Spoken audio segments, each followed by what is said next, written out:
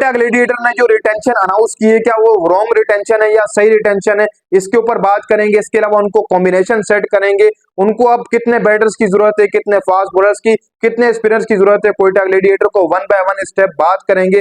किस तरीके से ड्राफ्टिंग में ये अपना कॉम्बिनेशन बनाकर उतरेंगे, किस तरीके से पिकेस जो वो करेंगे ड्राफ्टिंग के अंदर। तो कोयटा ग्लैडिएटर की बारी आ गई, इनकी जो बात करें। अगर कोयटा की बात करें तो इन्होंने प्लाटिनियम के अंदर कोई प्लेयर जो वो नहीं रखा, जो कि अच्छी बात है। ये एक पाकिस्तानी और 2 गैर मुल्की प्लेयर पिक करेंगे। उसी के साथ साथ डायमंड कैटेगरी के अंदर मोहम्मद आमिर, अबरार अहमद, रायली रूसो और रायली रूसो का रखा है, इन तीनों का रखा है। उसी के साथ साथ गोल्ड के अंदर सऊद शकील, वसीम जूनियर, सिल्वर के अंदर ख्वाजा नाफे, इसके अलावा उस्मान तारिक और अकील हुसैन को भी गोल्ड में रखा है। इन्होंने इमर्जिंग की कोई पिक नहीं की। अब यहाँ पर अगर देखा जाए जो कि रिलीज प्लेयर हुए हैं कोयटा ग्लैडिएटर के, उनके अंदर जैसन रॉय जो कि सबसे बड़ा नाम था, जिसको रिटेन करना चाहिए था, क्या पता आरटीएम यूज कर ले। इसके अलावा हसनैन को आपने रिलीज किया, जो कि बहुत गलत था।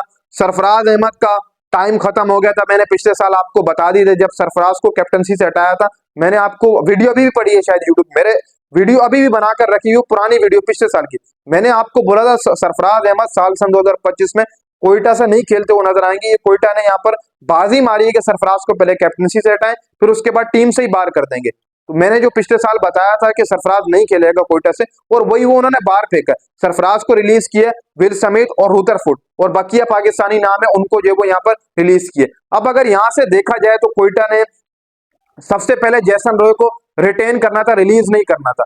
आप यहाँ से किसी को भी बाहर कर सकते थे, अबरार को बाहर कर सकते थे या अकील हुसैन को कर सकते थे। आप जैसन रॉय को लाजमी लेकर आते, अकील हुसैन की जगह आप जैसन रॉय को रखते तो बेटर होता। देखो भले प्लाटिनियम आपकी खाली गई, लेकिन जैसन रॉय को आप नीचे वाली कैटेगरी में रख सकते थे, हो सकता था आपका, या एक ही आप ऊपर रख देते जैसन रॉय। 2 पिकेस आप ले लेते, एक बाहर की पिक लेते, एक पाकिस्तानी पिक लेते। आप चाहे तो उसको प्लाटिनियम कैटेगरी भी दे सकते थे जैसन रॉय को। तो आपने जो यहाँ पर सबसे पहली बड़ी गलती की है वो ये कि आप फिर 3-3 स्पिनर्स के साथ जा रहे हैं। अकील हुसैन, अबरार अहमद और उस्मान तारिक, इनका भी पेशावर जल्मी जैसा सेम रिजल्ट है।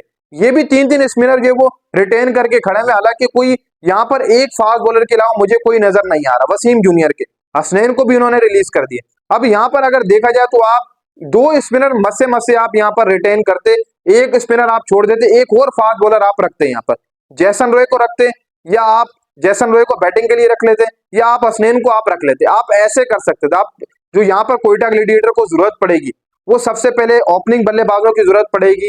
जैसन रॉय को ये वापस लेकर आएंगे या नहीं आएंगे, साउथ के साथ किसको ओपनिंग करवाएंगे, ये कुछ नहीं पता। सबसे पहले इनको ओपनिंग बल्लेबाजों की जरूरत पड़ेगी, फिर उसके बाद इनको मिडिल ऑर्डर के अंदर बहुत ज्यादा प्लेयरों की जरूरत पड़ेगी। चलो ख्वाजा नाफे आप उसको भी ओपनिंग करवा सकते हो, लेकिन फिर भी इनको मिडिल ऑर्डर के अंदर बहुत ज्यादा परेशानी होगी। मिडिल ऑर्डर के अंदर इनको 3-4 प्लेयर टॉप के पिक करना है, जो कि स्ट्राइक भी रखते हो, और प्लाटिनियम कैटेगरी से जो 2 बड़ी पिकें लेंगे गैर मुल्की प्लेयरों की, वो देखने वाली होगी। कोयटा को खुली छूट है, कोयटा अच्छी खासी पिक्स ले लेगा, तभी इन्होंने अपने नाम बड़े बड़े रिलीज कर दिए। जहां तक आरटीएम की बात है तो मुझे मुश्किल लग रहा है कि जैसन के ऊपर ये आरटीएम घुमाएंगे, इसको वापस लेकर आएंगे। मुझे नहीं लग रहा। जैसन रॉय ड्राफ्टिंग में रहेंगे, कोई और टीम पिक कर ले, बड़ी बात है। जैसन रॉय के ऊपर कोयटा नहीं जाने वाला, मुझे लग रहा है कोयटा नहीं जाएगा प्लाटिनियम से। ये कोई और प्लेयर लेकर आएंगे मिडिल ऑर्डर के लिए भी, और ऊपर ओपनिंग के लिए भी एक बल्लेबाज ये लाजमी लेकर आएंगे। दोनों पाकिस्तानी नहीं खिलाएंगे, गैर मुल्की प्लेयर। क्या पता अगर इनको मिल गया, फिन एलिन बारी तक रुका रहा, बहुत मुश्किल है कि फिन एलिन को कोई टीम छोड़ेगी। लेकिन अगर बचा रहा कोयटा के लिए फिन एलन, तो ये फिन एलन को पिक कर लेंगे। मार्क चैपमैन है, ब्रेसवेल जैसे मैंने आपको बताया, और ऑस्ट्रेलिया के बल्लेबाज है डेविड वार्नर पहले ही चला जाएगा। तो कहीं ना कहीं पर ये जो 2 ऊपर पिक ले लेंगे, ओपनिंग के लिए लेंगे, एक स्लॉट ओपनिंग का बनाएंगे, उसी के साथ साथ एक स्लॉट गैर मुल्की प्लेयर का मिडिल ऑर्डर के लिए बनाएंगे, या फास्ट बॉलर्स के लिए यहाँ पर रखेंगे प्लाटिनियम के अंदर। उसी के साथ साथ एक जो इनकी पिक होगी वो पाकिस्तानी होगी। क्या पता वो यहाँ पर कोई भी प्लेयर जो वो कर सकते हैं, मेरे हिसाब से एक फास्ट बॉलर को लेकर आ सकते हैं, या नहीं आप बैटिंग वाले पास जाएंगे, कुछ कहा नहीं जा सकता। अब यहाँ पर अगर देखा जाए तो हसनैन की बात करें तो क्या पता हसनैन के ऊपर ये आरटीएम यूज कर सकते हैं। विल समिथ तो वैसे भी नहीं है, उसको भी रिलीज कर दिया इन्होंने। रुदरफुड भी शायद ड्राफ्टिंग में साइन नहीं किया है, या है नहीं, या फिर उनको बोला नहीं गया, कुछ कहा नहीं जा सकता। हसनैन को ये लाजमी रिटेन करेंगे, ये रिपोर्ट आ रही, क्योंकि चैंपियंस कप में भी अच्छी बॉलिंग थी, तो हसनैन को ये रिटेन करेंगे। अब दोबारा से यानी कि आरटीएम कार्ड यूज करेंगे। उसी के साथ साथ अगर देखा जाए तो इनकी फास्ट बॉलिंग इनको थोड़ी बहुत यहाँ पर मजबूत करनी पड़ेगी। मजीद इनको 3 या 4 फास्ट बॉलर यहाँ पर पिक करने पड़ेंगे। 3 आप फास्ट बॉलर यहाँ पर मेन पिक कर लें। अगर हसनैन के साथ नहीं जाते हैं तो आप फिर गैर मुल्की फास्ट बॉलर के साथ जाएंगे। वसीम के साथ आप दो मजीद और फास्ट बॉलर कौन से पिक करेंगे? अगर आप प्लेइंग 11 में दो फास्ट बॉलर के साथ जाएंगे, चलो एक वसीम खेलेगा, वसीम तो पहली बॉल तो नहीं डाल सकता है कहीं ना कहीं पर, तो आपको यहाँ पर एक मेन फास्ट बॉलर रखना होगा। आमिर है आपके पास, उनके साथ सिर्फ और सिर्फ एक फास्ट बॉलर की आपको यहाँ पर जरूरत पड़ेगी। आप कोई भी ले, आमिर भी है, वसीम भी है, हसनैन को इन्होंने बाहर कर दिया, अब यहाँ पर एक ये फास्ट बॉलर लाजमी लेकर आएंगे या हसनैन को लेकर आएंगे, एक और फास्ट बॉलर, चार फास्ट बॉलर इनके होना बहुत ज्यादा जरूरी है। देखो आमिर भी है आपके पास, वसीम भी है, आप दो फास्ट बॉलर और लेकर आ जाए ड्राफ्टिंग से। फिर उसी के साथ साथ स्पिनर्स आपके पास तीन मौजूद है। उस्मान तारिक काफी अच्छी बॉलिंग कर रहा है यार, डोमेस्टिक में इस लड़के की बॉलिंग देखिए, लीग्स में आप देख लो अच्छी बॉलिंग कर रहा है। अबरार अच्छी बॉलिंग कर रहा है, अकील को आप रिलीज कर देते तो बेटर था, जेसन रॉय को आप रखते। मेरा जो जाती ओपिनियन ये, आप जेसन रॉय के साथ जाते, अकील को आप छोड़ देते। अकील यहाँ पर गलत पिक किया आपकी, क्योंकि यार देखो उस्मान तारिक, अकील और अबरार, तीन स्पिनर्स का आपने करना क्या, मुझे ये समझ नहीं आ रही। तो यहाँ पर थोड़ी बहुत मिस्टेक हुई है, जेसन रॉय के साथ आप जाते तो बेटर था।